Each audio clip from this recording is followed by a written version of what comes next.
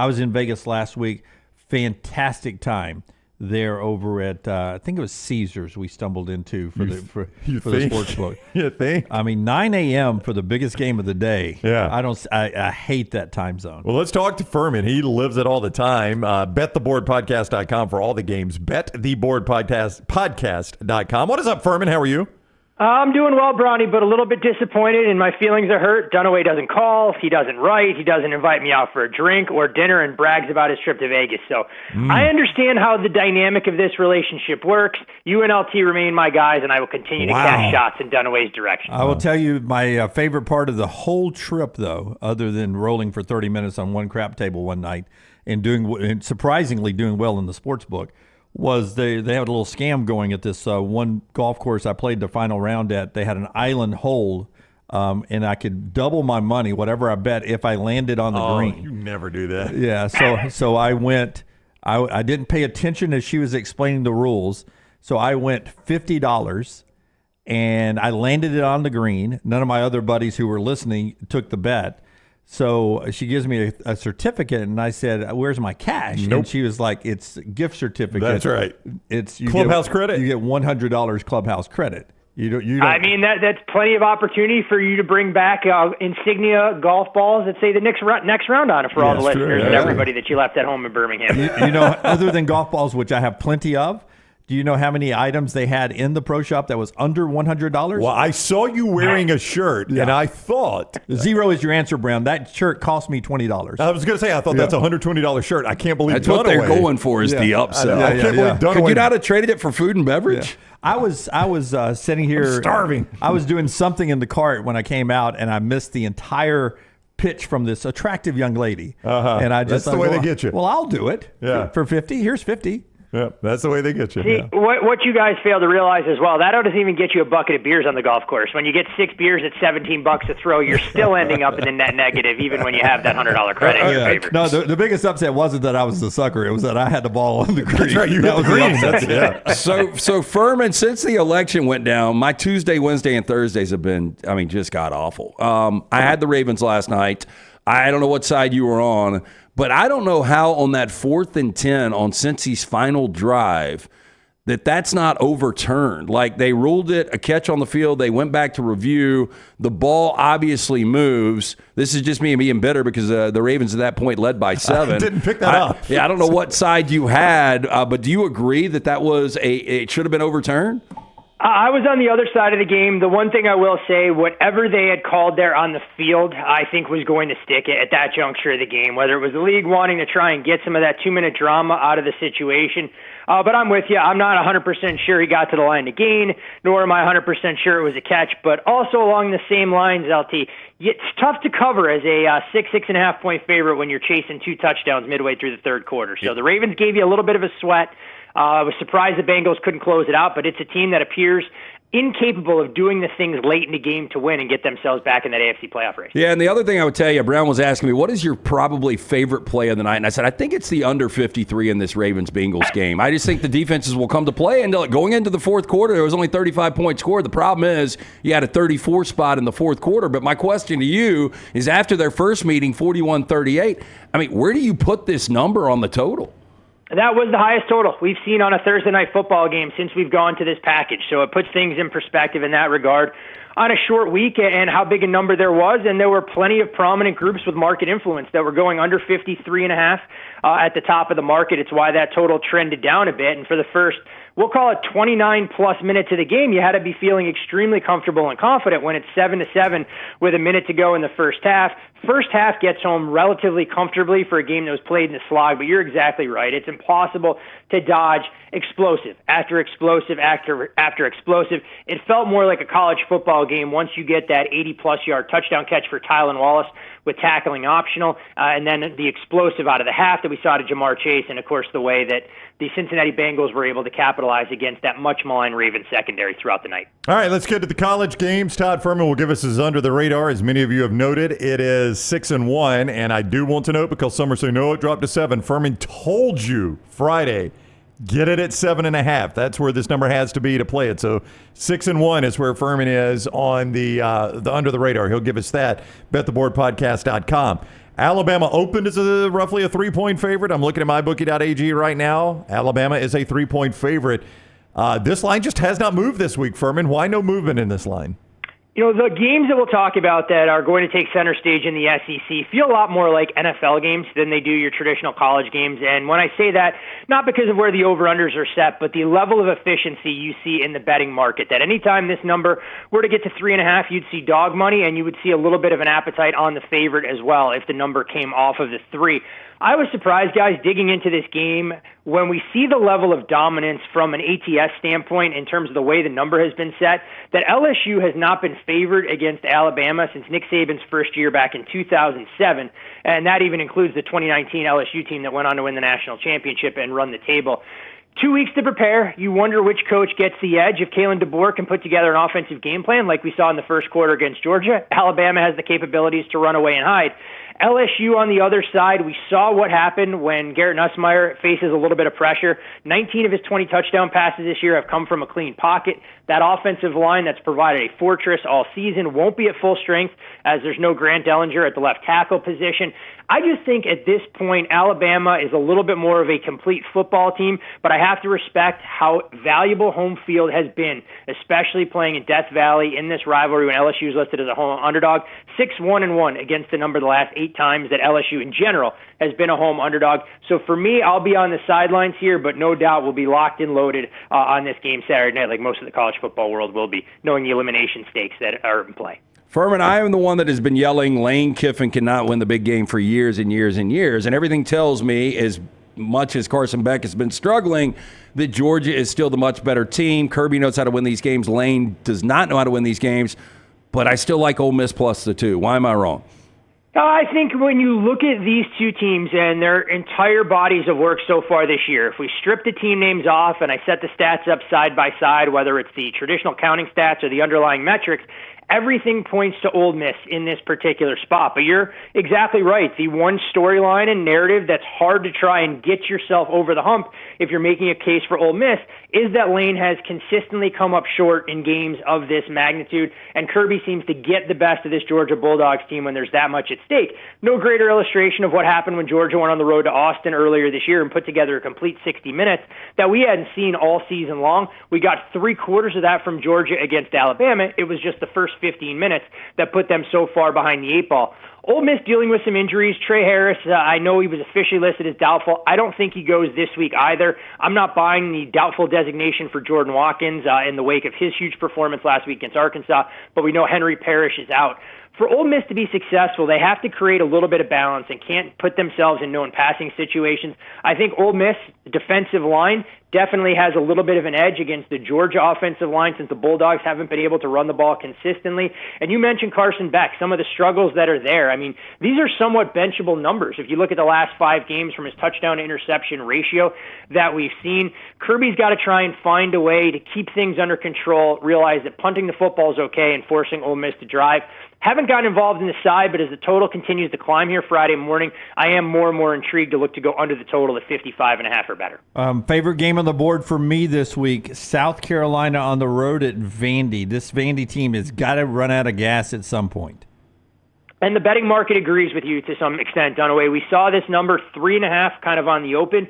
Took a wave yesterday, pushing the Gamecocks out to 4.5, and as we sit here Friday morning, number has climbed even further into that 5.5 range. Not sure we'll get to 6, which would be the next key number, but when you look at Vandy this season, 6 wins, and Clark Lee deserves a world of credit for what this program has been over the last 5 to 7 years and getting bowl eligible. But to your point, last week wasn't exactly a beauty pageant by any stretch of the imagination at Jordan-Hare. I mean, Diego Pavia struggled to complete passes. They couldn't extend drives, and I think that unfortunately had more to do with Auburn's inability to execute than it did anything Vandy did well.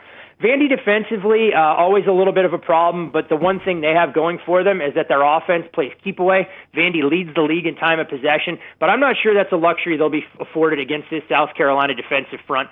Don't love the spot for the Gamecocks after that emotional home win against Texas A&M last week to the tune of 44-20, but it's definitely favorite or pass here. But I've said that a number of times so far in Vanderbilt games and been proven wrong. But I could not back the Commodores in this spot as a 5-point underdog. BetTheBoardPodcast.com is where you get more from Fuhrman. BetTheBoardPodcast.com. He's on the JohnstonRVCenter.com hotline. His final racing pod is up. Stay green is what he's talking about as they go to the championships this weekend. Interesting. So, a little controversy, by the way, going into that race from last week's race. A little is putting it mildly. But Dunaway, who's your pick in the Final Four to claim NASCAR immortality this Sunday at Phoenix? Ooh, putting me on the spot here.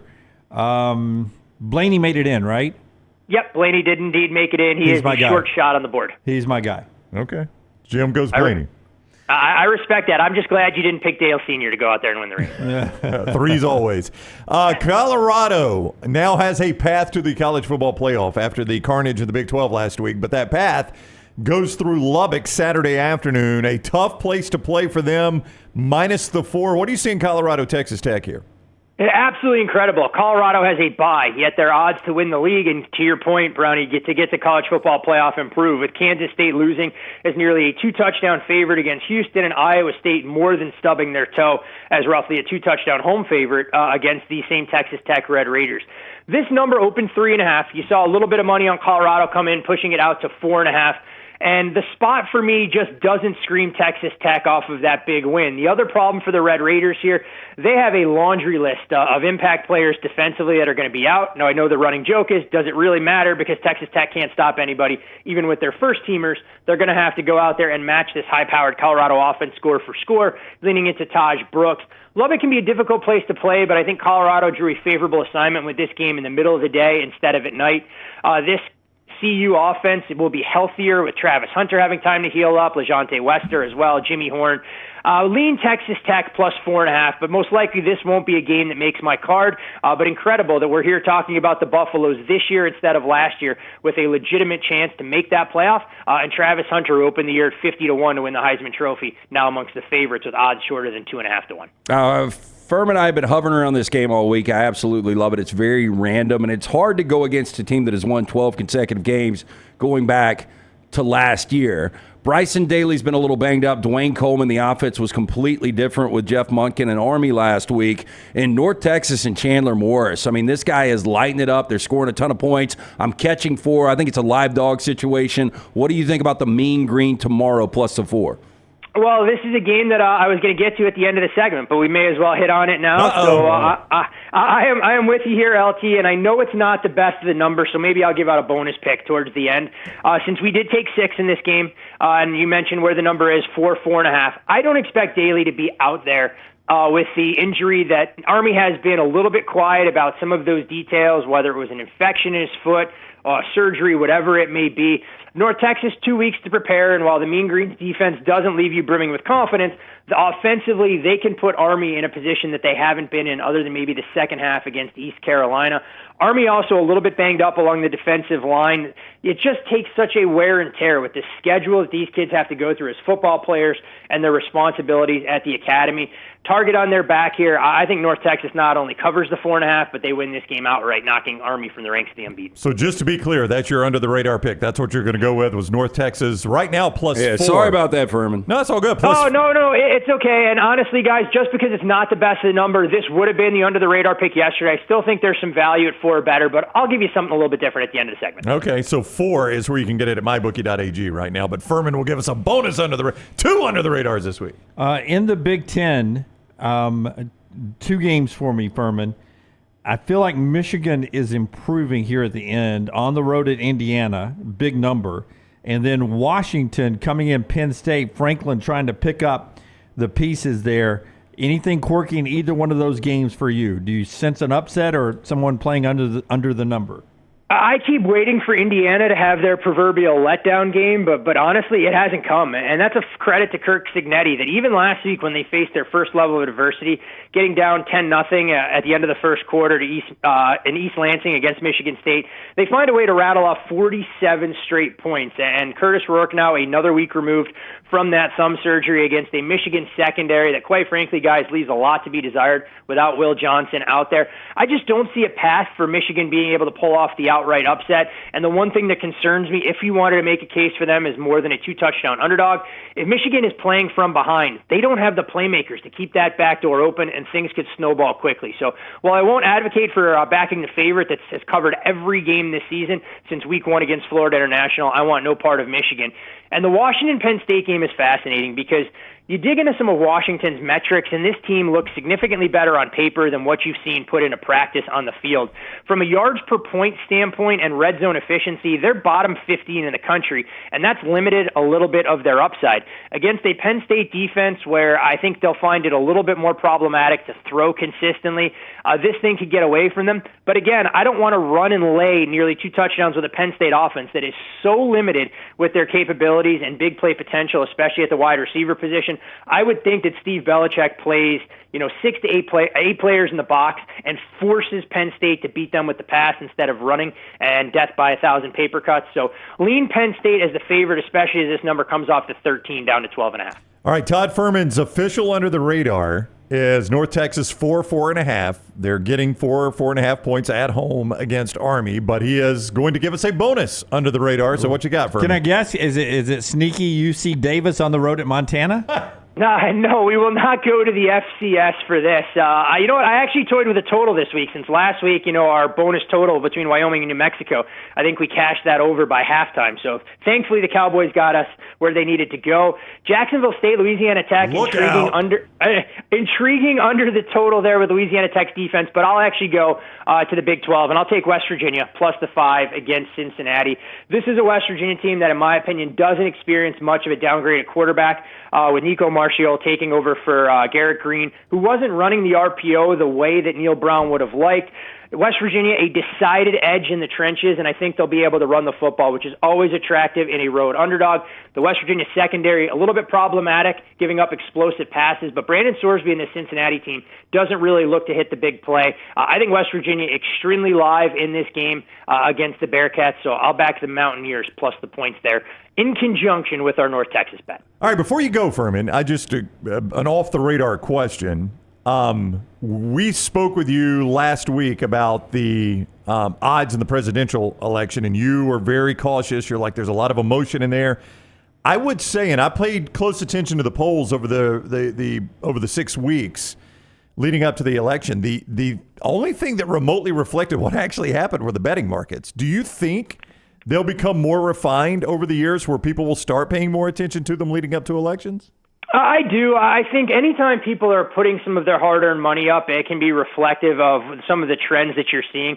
And as these markets continue to get more and more liquid, not here domestically, but across the world through sites like Polymarket, Betfair, Ladbrokes, and some of the exchanges throughout the UK, they may provide a little bit more accurate snapshot of what we're going to see. Now, it's always a little bit of buyer beware since you don't exactly know, because I still believe that unlike some of the other markets, there is a lot more emotion involved in these kind of things. But it was fascinating to try and see that the number never really blinked off of Trump being a favorite in that $1.65, $1.70 range, and that number continued to climb throughout the course of Tuesday evening as votes came in from across the country. Yeah, I just thought that was fascinating, that was actually the thing that reflected what really did happen more so than any of the professional polls. So, polling for me, and I know it's a precise science, so I don't want to denigrate anybody that has committed their lives to doing that and trying to refine the process. I've never been one that necessarily bought into what was out there, because even if you try and find that quote-unquote representative cross-section, I just don't think it's as indicative of what you can truly get. And oftentimes you want to get clicks from folks on the right, on the left, and down the center for all of the polls. So the last thing that they want to do is be rather polarizing and risk being completely wrong if they go out on a limb one way or another. That's a great point. Hey, Fuhrman, before you jump, big game on the panel on Monday night with Browns Dolphins and SoFi against my Rams. I actually like the Dolphins a lot in this spot. Rams have dropped to only a 1-point home favorite. Yeah, there's been some sharp money that's coming in Miami now. Do keep in mind that the betting group that backed the Dolphins in this spot has more or less been on the Dolphins nearly every week, except last week when they covered against the Buffalo Bills. Of course. As a 6.5 point underdog. But the one thing I worry about here for Miami, you look at the recent run that the Dolphins have gone through, and they've said the right things about trying to salvage their season. but you wonder how many times you can go out there and empty the tank. They talked about winning the game against the Dolphins, knowing that Tua was waiting in the wings, lose that game 16-10. Tua's coming back against Arizona, squander multiple double-digit leads. Emotional game in the division, going out, we're finally going to be able to beat Buffalo and get our season back on track. And while you do get the extra day, you're still flying across the country. No strong opinion for me here. I just really wonder if it's lip service or the Dolphins actually have something for the Rams in this spot, but should be a fun game with a lot of big play potential. But full disclosure here, guys, on the total, we actually made this number a little bit shorter. Haven't gotten to the window with an under bet, but just can't get to 50 that's being offered in the market. Fuhrman literally just described the last month of Sundays for me right there in that one answer, so I appreciate that, Fuhrman. Thank you very much for the time. Have a great weekend. Always great talking with you. You got it, gentlemen. Good luck at the wagering window this weekend, and enjoy those marquee matchups all day Saturday in the SEC. You got it, buddy. Thank you. That is Todd Fuhrman. You get everything from him at bettheboardpodcast.com. All the lines we reference right there are from mybookie.ag.